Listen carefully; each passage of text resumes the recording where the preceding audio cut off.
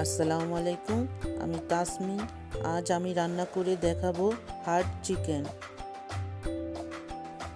এখানে আমি চিকেন নিয়েছি। চিকেনটাকে ভালো করে পরিষ্কার করে ধুয়ে নিয়েছি। আমি একটা প্যানে সব চিকেনগুলো নিয়ে নিয়েছি, আর চিকেনটাকে আজ আমি সব মশলা দিয়ে মেখে রান্না করব। এখন আমি দিয়ে দিব 2 কাপ পেঁয়াজ কুচি। এখন দিয়ে দিব গরম মশলা, এলাচি, দারচিনি, লং, তেজপাতা। আর আমি দিয়ে দিব 1 টেবিল চামচ করে হলুদের গুঁড়া, মরিচের গুঁড়া, ধনিয়ার গুঁড়া, জিরার গুঁড়া। আর এখন দিয়ে দিব 3 টেবিল চামচ আদা রসুন পেস্ট।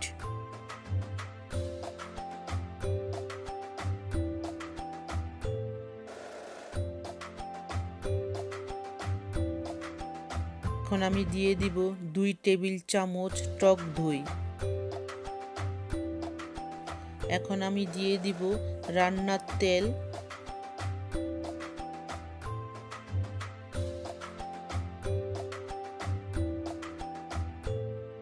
আর দিয়ে দিব স্বাদ অনুযায়ী লবণ।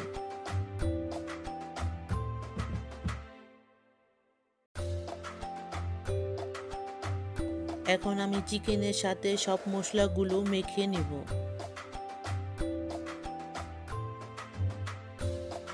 মেখে নেওয়া হয়ে গিয়েছে, এখন আমি চুলাতে চলে যাব। আমি চুলাতে বসিয়ে দিয়েছি আর ঢেকে রান্না করব 5 মিনিটের জন্য। 5 মিনিট হয়ে গিয়েছে, এখন আমি ঢাকনাটা উঠিয়ে নিব। এখন আমি চিকেনটাকে ভালো করে নেড়ে দিব।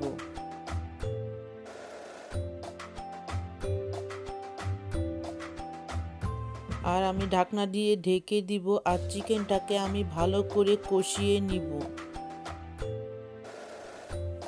এখন আমি ঢাকনাটা উঠিয়ে নিব, আর আমি 15 মিনিট চিকেনটাকে ভালো করে কষিয়ে নিয়েছি।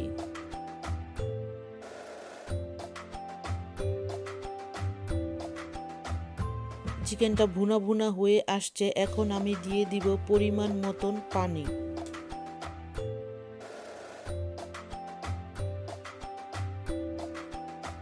এখন আমি নেড়ে দিব, আর 10 থেকে 15 মিনিট আমি ঢেকে রান্না করব।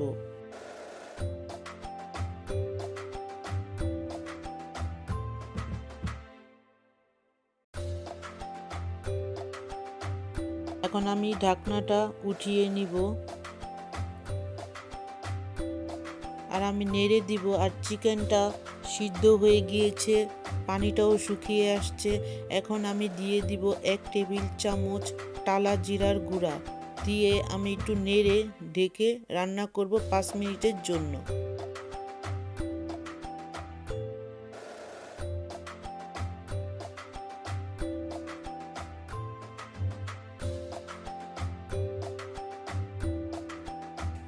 হয়ে গেল মজাদার হার্ড চিকেন কারি।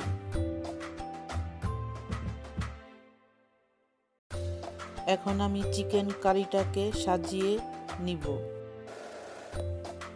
এই রমজানে সেহরিতে রান্না করে খেতে পারেন।